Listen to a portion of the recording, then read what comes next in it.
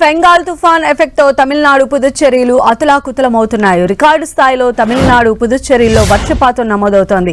ఇప్పటి వరకు రికార్డు స్థాయిలో 44 సెంటీమీటర్ల వర్షపాతం నమోదైంది. ఇది ఇప్పటి వరకు తమిళనాడు పుదుచ్చేరి ప్రాంతాల్లో కురిసిన వర్షాల్లో రికార్డు స్థాయి వర్షపాతమని వాతావరణ శాఖ తెలిపింది. 30 ఏళ్లలో ఇంత పెద్ద ఎత్తున వర్షపాతం నమోదవ్వలేదని వాతావరణ శాఖ అధికారులు తెలిపారు. ఫెంగాల్ ఎఫెక్ట్ ఇంకా కొనసాగే అవకాశం ఉండడంతో ఈ తీవ్రత మరింత పెరిగే అవకాశం ఉందని ప్రజలంతా అప్రమత్తంగా ఉండాలని అధికారులు సూచించారు.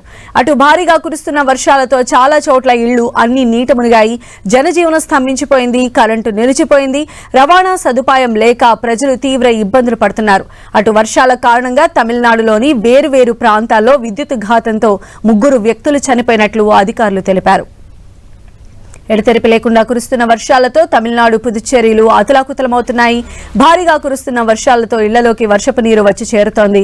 దీంతో జనాలు బయటకు రాలేక తీవ్ర ఇబ్బందులు పడుతున్నారు. దీంతో ఆర్మీ రంగంలోకి దిగింది. వరద నీరు ఇళ్లలోకి చేరడంతో ఆర్మీ జవాన్లు అక్కడికి వెళ్లి ప్రజలను సురక్షిత ప్రాంతాలకు తరలిస్తూ ఉన్నారు. మరోవైపు కడలూరులోని ఫెంగాల్ ఎఫెక్ట్ తో వర్షాలు దంచుకొడుతున్నాయి. 2 రోజులుగా కురుస్తున్న వర్షాలతో కడలూరు జలమయమైంది. చాలా గ్రామాలు నీట మునిగాయి. దీంతో ఎన్డీఆర్ఎఫ్ బృందాలు ప్రజలను సురక్షిత ప్రాంతాలకు తరలిస్తున్నాయి.